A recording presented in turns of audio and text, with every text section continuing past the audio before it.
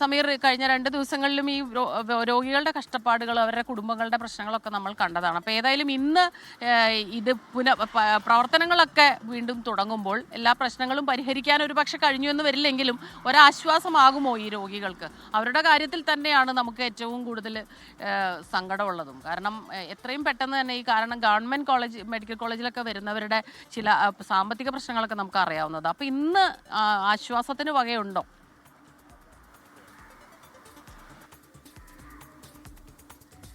Morning Smitha, Christina.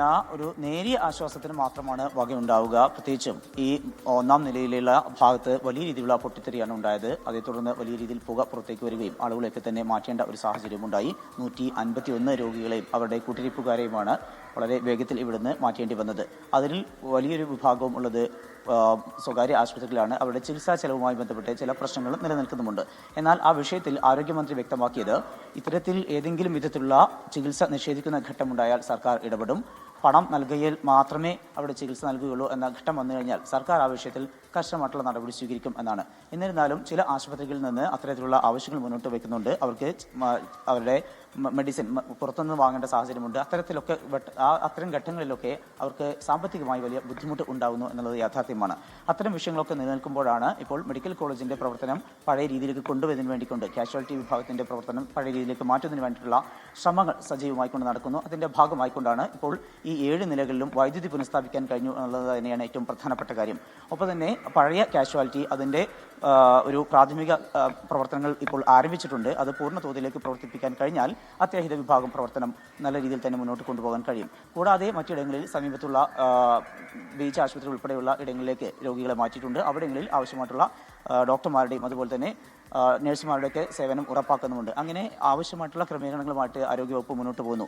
ഇതിനിടയിലാണ് കഴിഞ്ഞ ദിവസം ഉണ്ടായിട്ടുള്ള ഒരു വലിയ ഒരു രാഷ്ട്രീയ വിവാദം ഉണ്ടാകുന്നത്. അതായത് ഇവിടെ മരിച്ച 5 പേരുടെ മരണത്തിനിടയാക്കിയ സാഹചര്യം അത് ഇവിടെ ഉണ്ടായിട്ടുള്ള പൊട്ടിത്തെറിയാണ് എന്നുള്ളതായിരുന്നു ഒരു വിമർശനം. അതുമായി ബന്ധപ്പെട്ടുള്ള വിവാദം കൊഴുക്കുകയുമാണ്.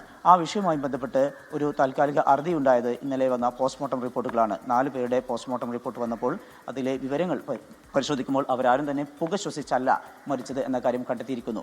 അത് ആരോഗ്യ വകുപ്പിനെ സംബന്ധിച്ച് ആശ്വാസം നൽകുന്ന കാര്യമാണ്. അതേസമയത്ത് തന്നെ മറ്റൊരു ആരോപണം ഇപ്പോഴും നിലനിൽക്കുന്നുണ്ട്. ഈ ആളുകളെ ഇവിടെ നിന്ന് വെക്കേറ്റ് ചെയ്യുന്ന സമയത്ത് വെന്റിലേറ്റർ ഊരിയിരുന്നു. വെന്റിലേറ്ററിന്റെ സഹായത്തോടു കൂടെ മാത്രമേ പല ആളുകളെ അവിടുന്ന് മാറ്റാൻ പറ്റൂ. പക്ഷേ ആ ഒരു സമയത്ത് ഏതാനും പേരെ വെന്റിലേറ്ററിൽ നിന്ന് മാറ്റിയിരുന്നു. അത് അവരുടെ മരണത്തിനിടയാക്കി എന്നുള്ള ആരോപണം ഉയരുന്നുണ്ട്.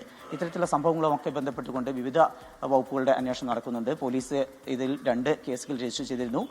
അസ്വാഭാവിക മരണത്തിലാണ് കേസെടുത്തിരുന്നത്. അതുമായി ബന്ധപ്പെട്ട് പോലീസിന്റെ അന്വേഷണം നടക്കുന്നു. കൂടാതെ ഈ മരണത്തിനുണ്ടാക്കിയ സാഹചര്യം എന്ത് എന്ന് വിശദമായിക്കൊണ്ട് പരിശോധിക്കുന്നതിന് കോഴിക്കോട് മെഡിക്കൽ കോളേജ് അല്ലാതെ മറ്റ് മെഡിക്കൽ കോളേജുകളിൽ നിന്നുള്ള ഡോക്ടർമാരുടെ വിദഗ്ധ സംഘം അതുമായി ബന്ധപ്പെട്ടുള്ള അന്വേഷണം നടത്തി വരികയാണ്. ഒപ്പം തന്നെ ഇതുമായി ബന്ധപ്പെട്ട് എന്താണ് ഈ UPSന് ഇങ്ങനെ പൊട്ടിത്തെറി ഉണ്ടാവാൻ കാരണം എന്ന് കണ്ടെത്താൻ വേണ്ടിക്കൊണ്ട് PWDയുടെയും അതുപോലെ തന്നെ ഇലക്ട്രിക്കൽ വിഭാഗത്തിന്റെയും അന്വേഷണം നടക്കുന്നുണ്ട്. വിശദമായിട്ടുള്ള അന്വേഷണമാണ് പോലീസിന്റെയും വിവിധ വകുപ്പുകളുടെയും ഭാഗത്തുനിന്ന് ഉണ്ടാകുന്നത്.